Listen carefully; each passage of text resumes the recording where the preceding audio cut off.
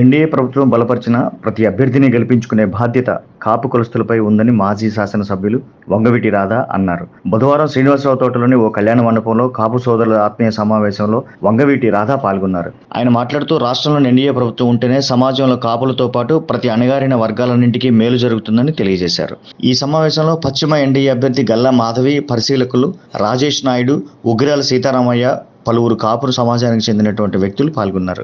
పెద్దలందరికీ పేరు పేరున నమస్కారం. విచ్చేసిన మీడియా మిత్రులకి, తమ్ముళ్ళందరికీ పేరు పేరున నమస్కారం చెప్తూ చాలా ఆనందంగా ఉందండి. ఇప్పటిదాకా విభజించు పాలించు అనే క్రమంలో అందరినీ విడగొడతా పడగొడతా ప్రభుత్వాన్ని నడుపుతా మన జగన్మోహన్ రెడ్డి గారు వెళ్తా ఉన్నారు. అదే క్రమంలో కులాలుగా మతాలుగా కూడా విభజించి ఏదో వెర్రి ప్రయత్నాలు చేస్తా ఉన్నారు. అయితే ఈరోజు మన రాధా అన్నగారు, ఉగిరాల సీతారామయ్య అన్నగారు, రాజేష్ అన్నగారు, భరత్ రెడ్డి అన్నగారు ఇంతమంది వచ్చి ఒక చెల్లికి వెనకాల అన్నలుంటే ఎలా ఉంటుందో నిరూపించి చూపిస్తూ ఉన్నారు. రాజేష్ అన్నగారు, సీతారామయ్య అన్నగారు చెప్పారు, ఈరోజు కుటుంబ సభ్యులే వారికి సహకరించని పరిస్థితి ఉంది. సొంత కుటుంబంలో ఉన్న 2 ఓట్లు తెప్పించుకునే అర్హత లేని పరిస్థితిలో వాళ్ళు ఉన్నారు. ఈ రోజు నాకు ప్రాంతం కాదు, మతం కాదు, కులం కాదు, ఒక కుటుంబ సభ్యుల్లాగా ఎంతమంది కుటుంబం ఏర్పడింది, ఎంతో ఆనందపడిపోయాను. నేను చాలా రుణపడి ఉంటానన్న మీ అందరికీ. నేను అంటే ఒక మనిషి వ్యక్తిత్వాన్ని నమ్మి వ్యక్తిత్వంతో ముందుకెళ్తే రాష్ట్రం ఎంత బాగుంటుంది అనే ఒక నమ్మకం ప్రజల్లో ఉంటే వారికి ఎంత మద్దతు వస్తుంది, వారు ఎంత హక్కును చేర్చుకుంటారు అనడానికి ఈ రోజు గుంటూరు పశ్చిమ నియోజకవర్గంలో గల్లా మాధవియే ప్రత్యక్ష సాక్ష్యంగా మీరందరూ భావించాలి. రేపు నా గెలుపు ఖచ్చితంగా ఒక మంచి పక్కన, ఒక నిజాయితీ పక్కన నుంచుంటే ఎలా ఉంటుంది అన్నది ప్రతి ఒక్కరికి కనబడుతుంది. కాబట్టి ఈ రోజు నా కుటుంబ సభ్యులు రోజు రోజుకి పెరుగుతున్నారు. చాలా ఆనందంగా ఉంది. ఘన విజయం వైపు అడుగులేస్తున్నానని ఎంతో సంతోషంగా ఉంది. ఇంకా రానున్నది 3 రోజులే.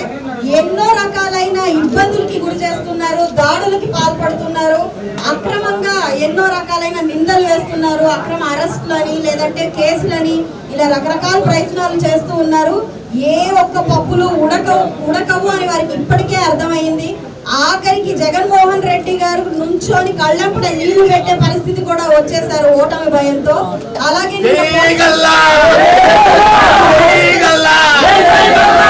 పోస్టల్ బ్యాలెట్స్ దగ్గర చూసుకుంటే కొన్ని ప్రాంతాల్లో వైకాపా నాయకులందరూ పాపం ఎంప్లాయీస్ కాళ్ళ మీద పడి మరి మాకు ఓటేయండి అని అడుక్కు తినే పరిస్థితి కూడా దిగజారిపోయి ఉన్నారు ఈ రోజు. కాబట్టి గెలుపు మనదే. నీతి నిజాయితీ వైపు గెలుపు ఖచ్చితంగా ఉంటుంది. దానికి ప్రత్యక్ష సాక్ష్యమే నా వెనకాల నుంచున్న ఇంతమంది అన్నలు. కాబట్టి నన్ను మీరు అందరూ ఆశీర్వదించండి. ఈ రోజు గుంటూరు పశ్చిమ నియోజకవర్గంలోకి ధైర్యమో మరి పాపం అది ఎలాంటి ఆలోచనో తెలియదు, ఒక అవినీతి పరురాలు, అక్రమ పరురాలు కాలు మోపింది.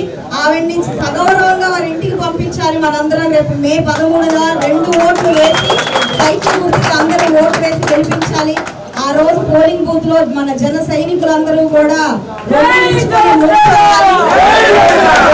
గుర్తుపెట్టుకోండి, చంద్రబాబు నాయుడు గారి నీడతో, పవన్ కళ్యాణ్ అన్న అండా దండలతో ఈ రోజు నేను ముందుకు వస్తూ ఉన్నాను. మీరందరూ ఆశీర్వదించాల్సిందిగా కోరుకుంటున్నాను. ఇక్కడ అభ్యర్థిగా నుంచుంటున్న మన కుటుంబ సభ్యురాలు మాధవి గారికి ఇవాళ కులాల వారీగా, మతాల వారీగా విడగొట్టి వేరు జాతలు వస్తూ ఉన్నారు. ఈ వేదిక మీద చూస్తే మీకు అందరం కలిసికట్టుగా ఏ రకంగా ఉన్నాము. భవిష్యత్తులో కూడా మీతో పాటు అందరూ కలిసికట్టుగా ఉంటాం.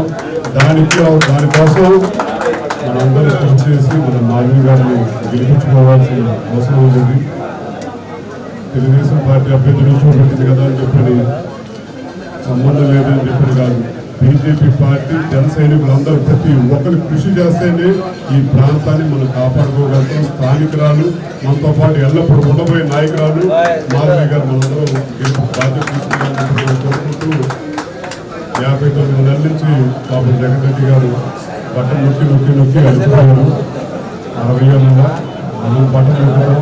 ప్రజలు బట్టలు నొక్కితే ఎలాంటి తీర్పు వస్తుందో ఆయనకి చూపుతామని చెప్పి కోరుకుంటూ ఇవాళ అందరూ కలిసికట్టుగా, ఇవాళ ముఖ్య అతిథి కాదు ఇక్కడ, అందరం కలిసికట్టుగా మన అభ్యర్థి గెలిపించుకోవడం కోసం అందరం ఇంకా 3 రోజుల పాటు శ్రమించాలి ఎన్నికల ప్రచారంలో. అలాగే 13వ తారీఖున ప్రతి ఒక్క ఓటు విలువైంది.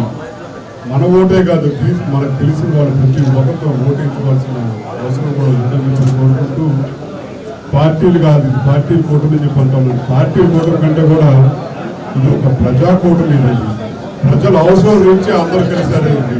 ప్రజల భీష్యం కొరకు, ప్రజలు ఏదైతే కోరుకుంటూ ఉన్నారో అందరూ కలిసికట్టుగా పోరాడుతున్నారు రాష్ట్రం అని చెప్పేసి. రాష్ట్రం కోసం ఇవాళ ఈ ఎన్నికల్లో మీరు ఇచ్చే తీర్పు భావితరాల భవిష్యత్తు నిర్మించబడుతుందని తెలియజేసుకుంటూ, మాకు స్ఫూర్తినిచ్చిన నాయకులు కీర్తిదేశం గవర్నమెంట్ రంగా గారికి జవాబు తెలియజేస్తూ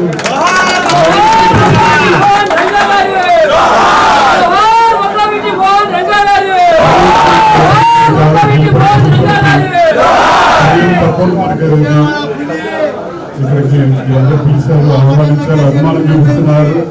ఏ అభిమానంతో ఉత్సాహంతో వస్తున్నారో బయటికి.